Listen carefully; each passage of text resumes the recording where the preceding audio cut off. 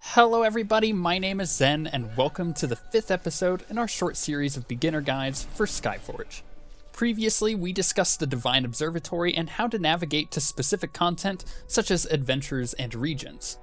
In this episode, we will be discussing the in-game market, what credits and Argents are, what a premium account does for you, and how mounts work in the game.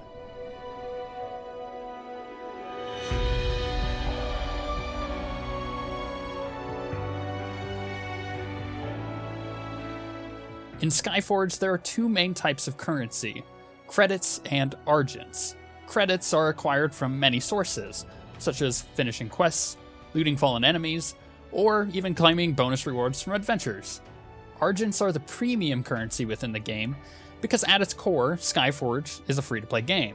Argents are used for various things, but I would say their primary purpose is a tool for acceleration within the game.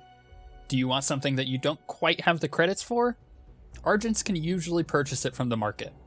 Speaking of the market, it is something that we've mentioned in past guides, but it can be opened at any time by pressing N on the keyboard.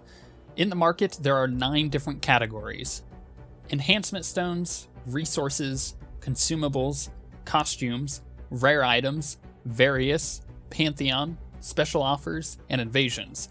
Alternatively, you can also view all categories at once. Each of these categories are fairly self-explanatory, and if you aren't sure with what something is used for, you can hover over it and get detailed descriptions of that item.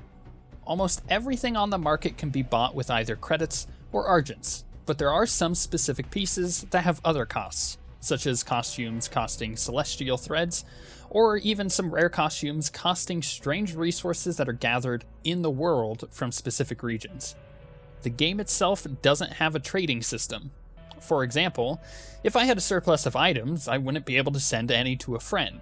This means all of the items that you loot from enemies are either directly useful to you or are meant to be sold in the in-game market for credits.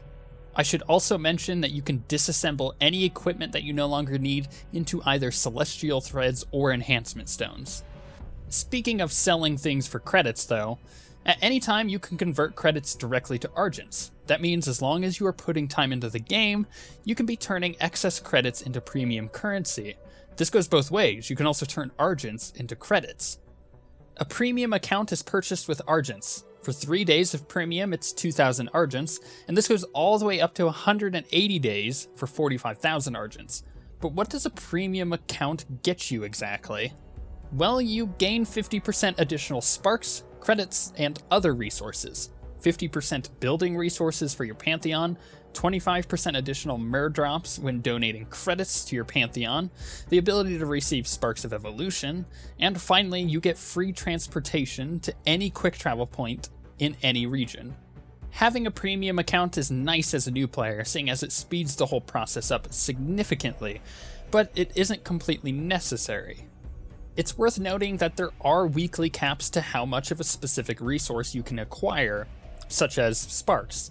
Players that are more experienced and are clearing endgame content won't necessarily need a premium account, as they will more than likely reach their weekly cap regardless. At that point, it's more of convenience than it is acceleration. Finally, let's talk about mounts. There are some really awesome mounts within Skyforge, some of which are really common, like the Gravicycle that you can purchase off the market, or there's the other ones like the MOA, which is the Collector's Edition mount. Common mounts like the Gravicycle have a licensed time on them, meaning it will only last for about an hour. But this isn't an hour of playtime, this is an hour of time on that mount. So relatively speaking, it lasts quite a long time, unless you're just sitting around on your mount while you're not actually at your computer. However, after getting 10 Gravicycle license, that mount will then be permanent, and you'll no longer have to worry about losing it. You'll get your first license by just playing through the main story content, and you'll notice that you won't really need mounts until you reach some of the later regions anyways. After that license expires, you could just go purchase 9 other ones throughout a period of time on the market, and then you'll no longer have to worry about that Gravicycle disappearing. Alternatively, you could just get one of the more premium mounts, such as that Collector's Edition MOA. For now though, that summarizes everything you need to know as a new player in regards to the in-game market, currencies, mounts, and premium accounts. If you have any questions, leave them in the comments of this video and I will try to answer them as soon as I can. In the final episode, we will be discussing the Order and Alienet. But until then, we shall see you guys next time.